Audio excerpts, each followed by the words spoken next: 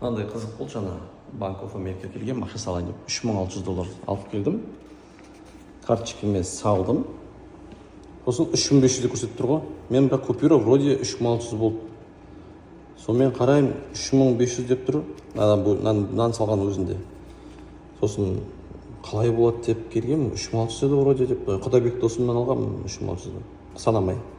Сосын отмена бастым да, ақша қайтып келіп, қолыма сансам 3600 деп тұр. Банкомат 3500 деп тұр. $100 жеп қойып тұр да, қателесіп. Мен ойлағам, машина ешқашан қателеспейді деп ойлайтын тұғым. Қанша ақшаны санамай салғанмын. Санамайымды салып жіберемін, кете береді тұғым.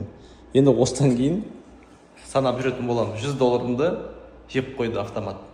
Сондықтан абайлап жүріңіздер. Америкада банкоматқа сала кезде алдын ала қолмен санап алып, сосын ғана салыңыздар. Машинада қателеседі екен. Сол, доверей, но проверей. Америкада банкоматтар ақша салатын бауырларыңа жіберіп қойыңдар.